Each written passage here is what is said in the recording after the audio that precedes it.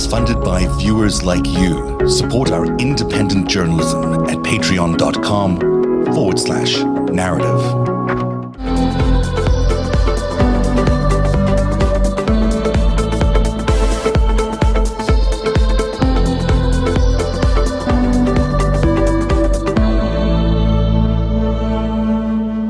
So the Oath Keepers, so these are really trained military guys. I mean, these are people who are now, there's 16 people involved in a conspiracy now to do what they did on January the 6th, which is basically try to overthrow the government. We all know the story that they were going to come into the House, take some legislators hostage or arrest them, which they felt they had a right to arrest them because of the fraud in the elections, which is obviously not true. So now 16 of them are involved in a conspiracy. They haven't been indicted for conspiracy charges. In total, 31.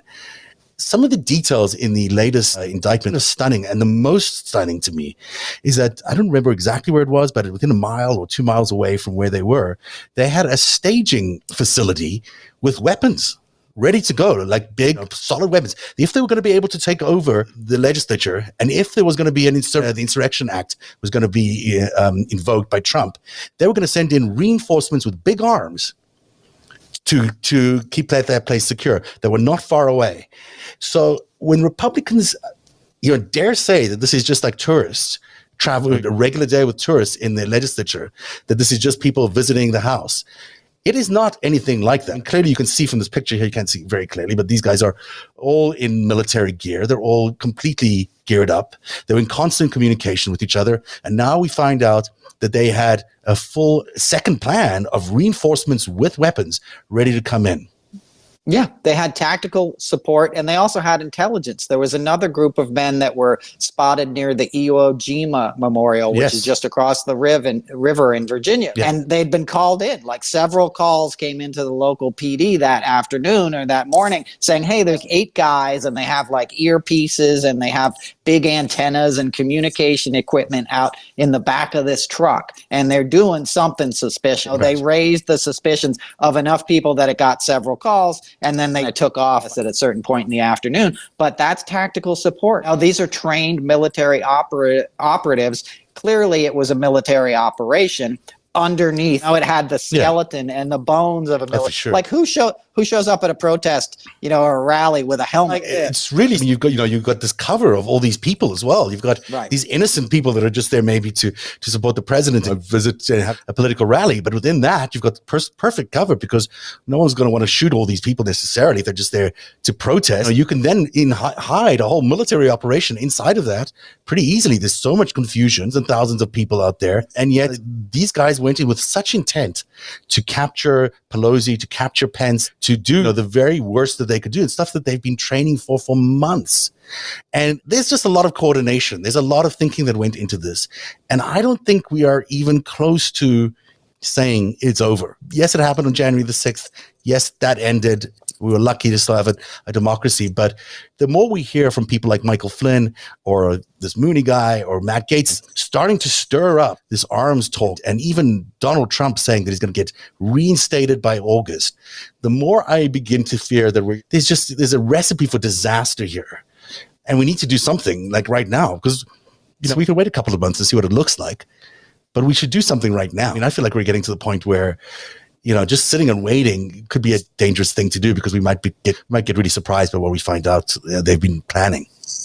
Absolutely. And there was an op-ed in the Washington Post this morning where 100 Foreign Service intelligence officers said, you're in danger. Democracy's in danger. You got to do something about this. And the other scary thing is the GOP knows that a huge percentage of the Republican base now believes it was Antifa behind the attacks. Right. So by not having a commission, by not investigating who coordinated this thing, you allow the lie to circulate in the population and become fact amongst these people. Thereby, you'd have support. Say there is an operation in August. Say Trump says, I'm supposed to go back into the presidency, but the deep state is trying to arrest me in New York. Yeah. Letitia James, a Black Lives Matter Antifa woman, is trying to come and get your president. Defend me at all costs. You don't think these guys you mentioned in Philadelphia will drive up to New Jersey? Oh, they will. Because he's in Bedminster. He's in New Jersey. So it's dangerous. Yeah, Mar-a-Lago shuts down in the summer. Okay, He left 3 weeks ago. He's just laying low because he's putting on extra Adderall weight and cheeseburger. It's so true. But I mean, the thing is, they were going to run to his support, and there's probably a bigger plan afoot, and we don't know it. And there are 3 things we can do today.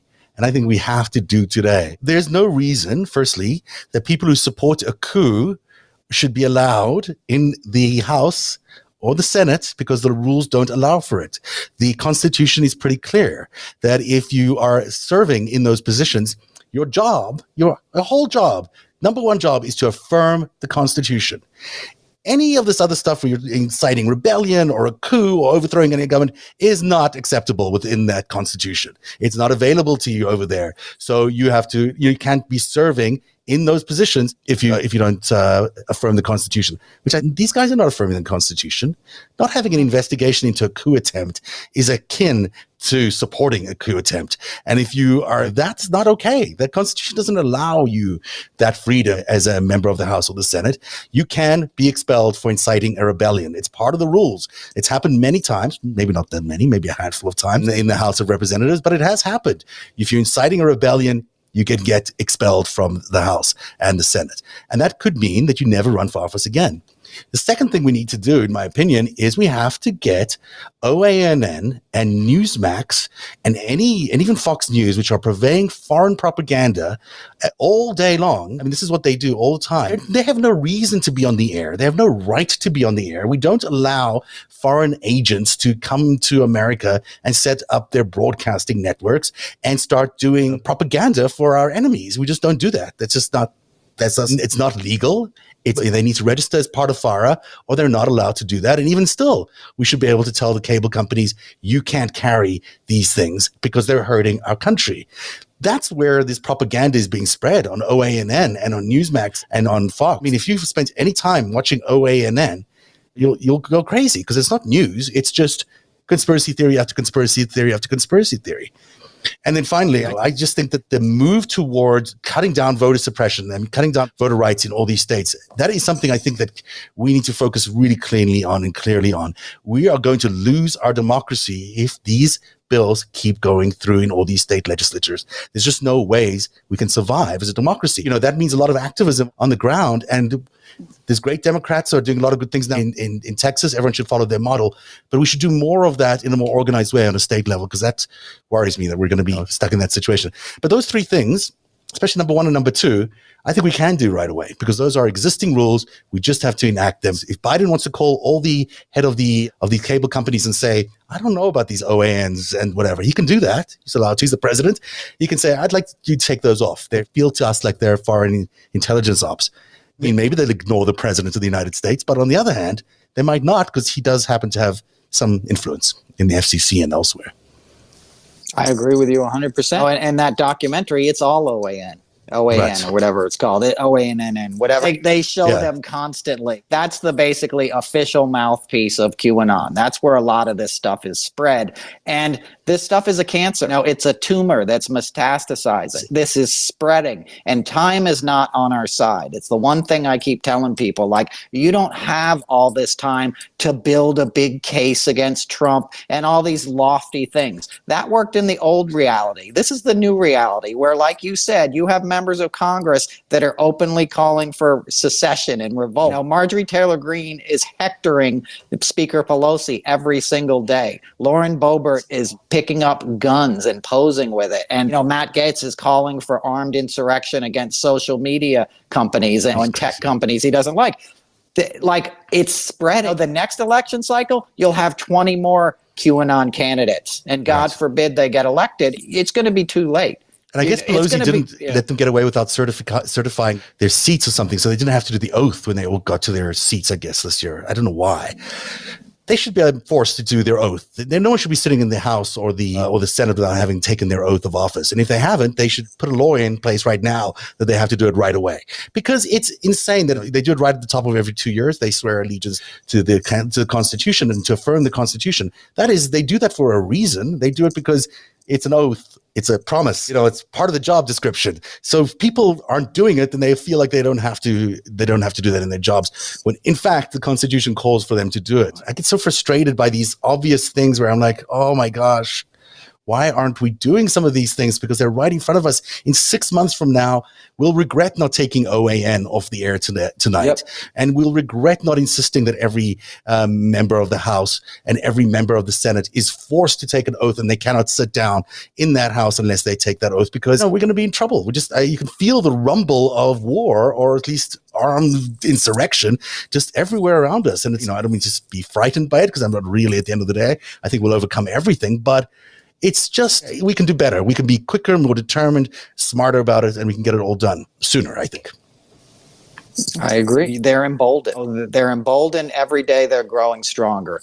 Matt Gaetz and Marjorie Taylor Greene are having rallies every weekend, right? If 500 or 1,000 people go to that rally and hear that hate speech, they then go home and tell it to their family and their neighbors. And children are being indoctrinated into this too. This is the other thing that I fear and try to tell people. Like, there's a lot of kids that are growing up in households that are fed this poison at OAN and Fox News, that believe these politicians are justified and they're fighting against a deep state and democratic socialist baby eaters and stuff. Imagine like these children that are 15, 16 now. They're going to come of age in the next few years, and they're going to be warriors in this cause. It's like Absolutely. A jihad.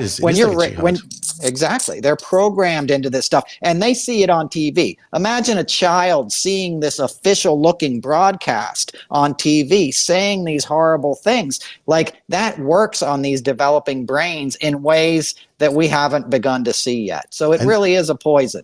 Yeah, and then their ability to critically think about things and actually listen to the truth and find the truth. Boy, I don't know where that goes. It goes out the window. It's a really good point. We've got one more story to do when we come back, and it's all about Putin. So stick around. We'll be right back after this break. Tonight's show is brought to you by Helix Sleep, and they have a special offer for Narativ viewers.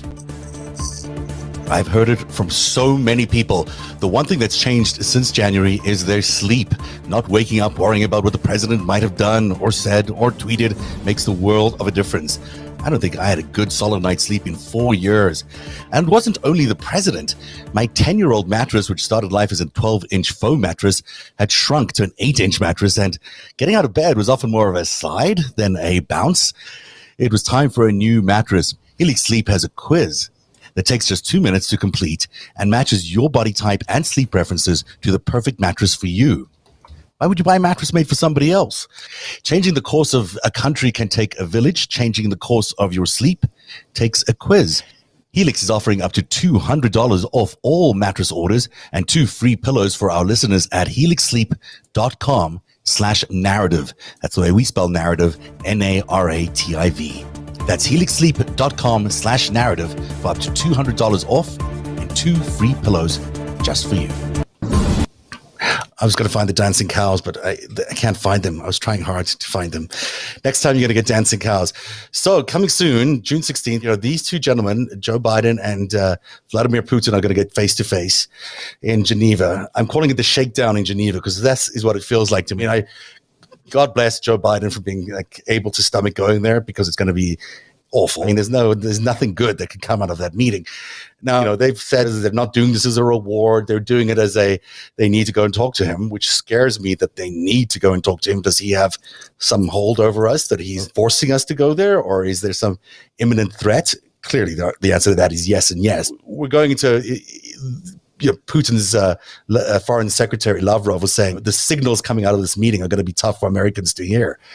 Yes, they're going to be tough for Americans to hear. And we've already started hearing a little bit of what those are like, because those armed insurrectionists and Donald Trump and the Michael Flynn and that whole crowd have Putin at their back, have our enemy at their back, because Lavrov thinks that we're mistreating them in the way that they're mistreating Navalny. So he thinks there's some equalness between their suppression of Navalny, which is horrific and tantamount to torture in a country where there's no freedom of speech and no freedom really. They think there's some equality to that, to what we're doing with the insurrectionists and the people we've arrested now for January the 6th. So he's saying that is political persecution and that we are ignoring human rights and not the other way around.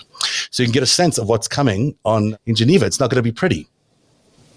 It's not going to be pretty at all. And that statement from Lavrov is shocking because he's basically giving you the same talking points the GOP are giving you. Right. He's repeating this Trumpism. So you're now getting this from two sides. You're getting it from multi-sides. You're getting it from Fox News, as you just mentioned, and OAN. You're getting it from Trump. You're getting it from many members of the GOP. In Congress and in the Senate. And now you're getting it from our greatest traditional adversary, who's involved in massive aggressions, not only all over Europe, but in the UK. He's trying to destabilize the UK. And it's spreading like wildfire. And I don't envy Biden. And obviously, he has to do this. And he just made the concession on the Nord pipeline or whatever. There's a lot of geopolitical stuff that's way above my pay grade. But it's dangerous because the propaganda machine that Putin has on his side is stronger than what Biden has. Biden has like Rachel Maddow and Twitter, and these other guys have like an army of disinformation and willing troops. And artificial intelligence and multiple countries and all of that. And it used to be, maybe it's not the case anymore, that if you aided and abetted our enemy or gave them comfort, it was called treason. But apparently these days, it's okay for the GOP to conspire with Russia, an enemy, and conspire against the Americans, conspire against their own democracy to bring down the entire democratic system that we have here, which is basically where we've gotten to. We've gotten to a point where, these guys are clearly aligned with each other. It's not just that they helped them in the elections and then walked away. They helped them in the elections. They're continuing to get involved in the insurrection. They're continuing now to call them persecuted.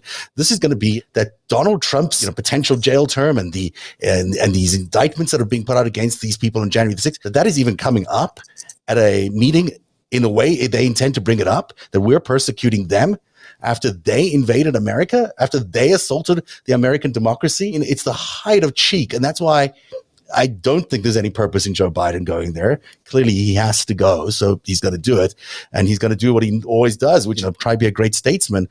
But boy, it's just more salt in a wound that we don't really need right now. And they're going to be taking every advantage possible to try and make us feel weaker, think that we're weaker, and really get under our skin when it comes to the summit.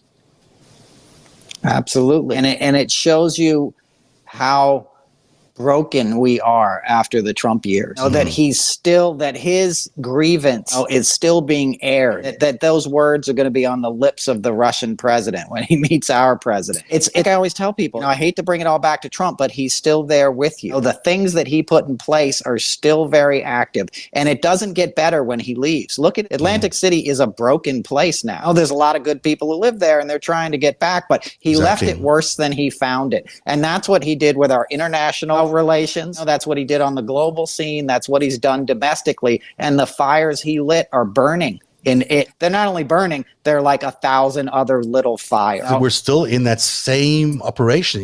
Why I think it's going to be a shakedown is because these guys have got their closing to our infrastructure through whatever cyber attacks they've been able to institute, or the sundown thing, or sun winds, or sun whatever, sunburst. I don't know whatever it was called. But they've got our closing to our system. So they've got the levers, and they know they do. They know that they've got Donald Trump under our skin. They've got the GOP under our skin. They can exact demands off us now, and they're going to try and do that, and that's why it's going to be a typical mob shakedown. I don't even know why you go and listen to it, because you don't want to give in to these demands. You just can't. It may be difficult, but you can't, and we'll see what happens. But I don't remember that one summit where Trump was so humiliating. We're gonna have a version of that. We'll have a proper leader, and Biden won't take some of the shit from Putin, but it'll essentially be another piece of performance degradation and humiliation that Putin seems to be quite good at. Absolutely. And putting his point of view on the world stage. That meeting that Trump had with him in 18 or 19, I think it was the summer of 18, Trump had a private meeting, then took the minutes from the interpreter, so nobody else was going to see, walked out like Reef from Game of Thrones, or Reek from Game of Thrones. Remember, he was just completely bowled over. I know why that was. I guarantee you. Putin pulled out a laptop or an iPad and said, "Hey, remember her? Remember Svetlana? Remember this one?" I think he showed Trump all the compromise that he'd been collecting on just him before they went out on a press conference. Yes. The violent stuff, the bloody, all the bad things Trump did. Said, you're going to walk out of this room and you're going to tell the press that you don't believe any of your own intelligence, that we did not interfere in your election, or I'm dropping this right now. And Trump, because I've been around Trump, I've seen him a lot. He does not slump over and walk that way. He's one of the most arrogant men you'll ever see. If you remember his early summit when he won, he was pushing the other heads of states out of the way so he could get first in the picture. But then he's walking next to Putin and he looks like he's on a leash, and he looked like he'd seen a ghost. He's not a man. He was broken. So that's my guess, because I know how many brothels they had in Trump Tower that Trump would visit all the time, all these Russian brothels. So he basically had a frequent flyer paths to those things. And I think Trump's dumb enough to think he could do whatever he wants. He's the compromat king. They wouldn't be filming him. And I think they gave him a reminder of some stuff that he didn't want to come out. That's my take on it. There's no way to prove it. It sounds very plausible. I mean, surely they have a lot of compromise, and surely Donald Trump has done some things in his life that he's embarrassed of. And and Putin is the expert at this kind of stuff. He would actually put the screws to, which makes me worry about poor Biden's going to go there. God knows what stuff Putin might have on him there. It's no good talking to these people. They're no good people. They're not interested in refixing the situation. They're not interested in resets. It's never worked. We've tried to reset so many times. It doesn't happen. There's just nothing we can do to build what they're calling a stable relationship with Russia. It's not going to happen. Just lock them out of the world, cut them off. Do whatever you need to do to make sure that their oligarchs don't have their access to their money, that Putin can't access the world's banking system, and that they're not considered viable business partners or partners in any form for American life. That's about the only thing you can do. I think there's just I don't know. The reset's not going to work. It doesn't work. We've tried it before. No, and they've had too many victories. He's been winning.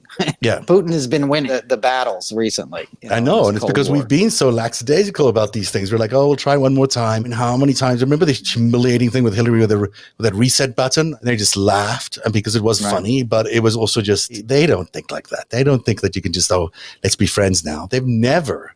There's a great moment with George Bush, by the way. Remember when George Bush came to Camp David, I think, with Putin? Putin was visiting, and Bush asks him, I think, should we be able to trust, there's maybe a question for a reporter, should we trust the Russians? And Putin basically says, no.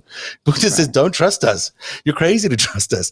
And the truth is, it's true. We're crazy to trust them. There's nothing we can do to agree with them about anything. It's just not going to happen. Tonight's show is brought to you by Helix Sleep, and they have a special offer for Narativ viewers. I've heard it from so many people. The one thing that's changed since January is their sleep. Not waking up worrying about what the president might have done or said or tweeted makes the world of a difference. I don't think I had a good solid night's sleep in 4 years.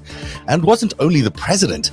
My 10-year-old mattress, which started life as a 12-inch foam mattress, had shrunk to an 8-inch mattress, and getting out of bed was often more of a slide than a bounce. It was time for a new mattress. Helix Sleep has a quiz that takes just 2 minutes to complete and matches your body type and sleep preferences to the perfect mattress for you. Why would you buy a mattress made for somebody else? Changing the course of a country can take a village. Changing the course of your sleep takes a quiz. Helix is offering up to $200 off all mattress orders and 2 free pillows for our listeners at helixsleep.com/narrative. That's the way we spell narrative, Narativ. That's helixsleep.com/narrative for up to $200 off and 2 free pillows. Noel, I have a new promo I want to show you, and then we'll say goodbye. Are you ready for it? Yeah. All right. It's called Truth Rises. Da-da-da-da. Here we go. At least 83 that it's time to establish a direct contact with Donald Trump. An insurrection, an attempted overthrow of the federal government.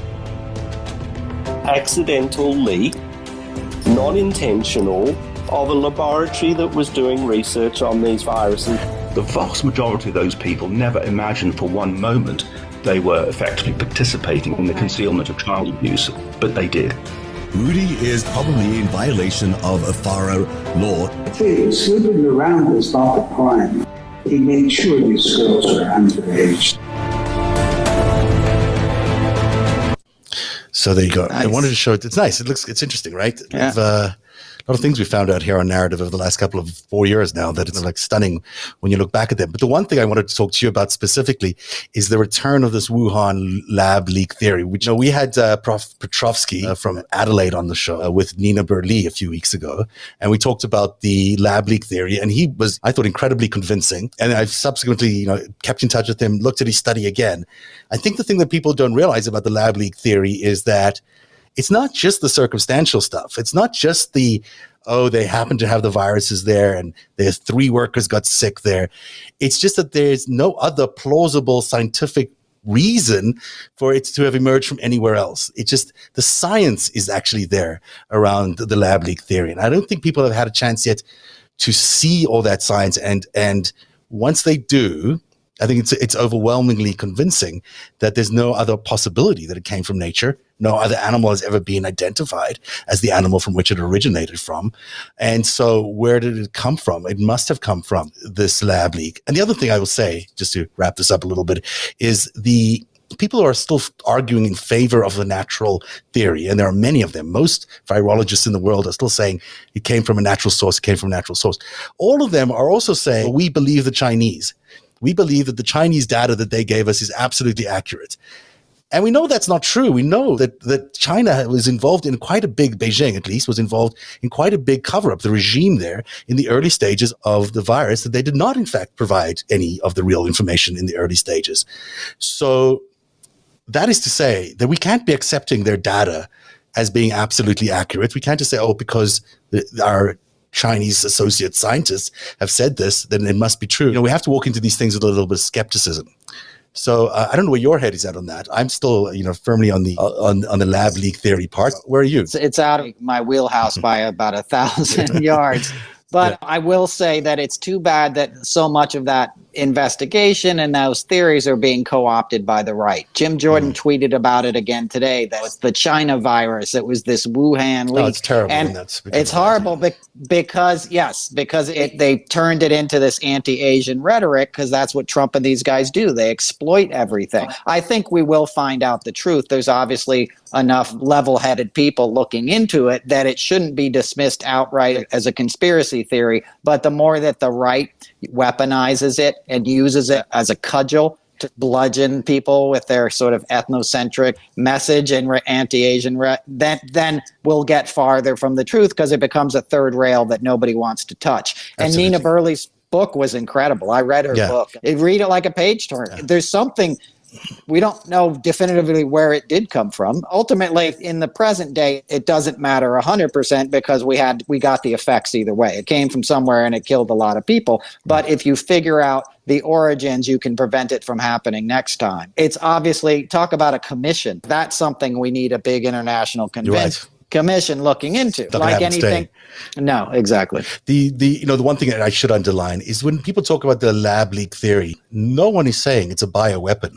No one is saying at all that this thing was released intentionally to kill people. Everyone is just saying an accidental lab leak, which happens a fair amount, apparently, in the virus world. If you're a scientist, things go wrong sometimes, things get away, things get escaped. And to no one is suggesting this is a bioweapon. I mean, maybe some people are, but the ultimate thinking around is this is a fairly common thing. Sometimes you have lab accidents, things find their way to be free. Someone gets infected from some of the specimens and it's bad luck, and there you go. No, it doesn't. That's the other thing that I think people are misconstruing, is that the two things are the same.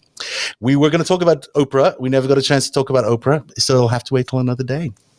I can't wait to talk to you about Oprah, because I think I love Oprah as much as you love Oprah. I love Oprah. Yeah, I know. She's one of my favorite people on the planet. And we both have a coincidental story around her. So next time you're on the show, I promise you're going to do it. Noel, tell everyone where they can find your podcast. Oh, it's the Noel Casler podcast. It's on Apple Podcasts and iTunes and all that, whatever that stuff is. Spotify. Comes out every Monday. You can find it. And it's really, really hilarious. Like, if you need like a good pick-me-up and you just want to get some more of Noel, because no one can get enough of Noel, then that's what you should do. You should go right now, subscribe to the Noel Say it again. The Noel Casler. Casler. I want to say the Noel Casler podcast for some reason, because I want to combine the Casler and the past, whatever. I get you. The Noel Casler podcast. I'm going to get it right. All right. Thanks very much for joining us tonight on Narativ. We'll see you again here on Friday, where we will do the after show. I look forward to seeing you then. Until then, Have a very good night and stay safe. Good night, Noel. Good night, Zev. Thank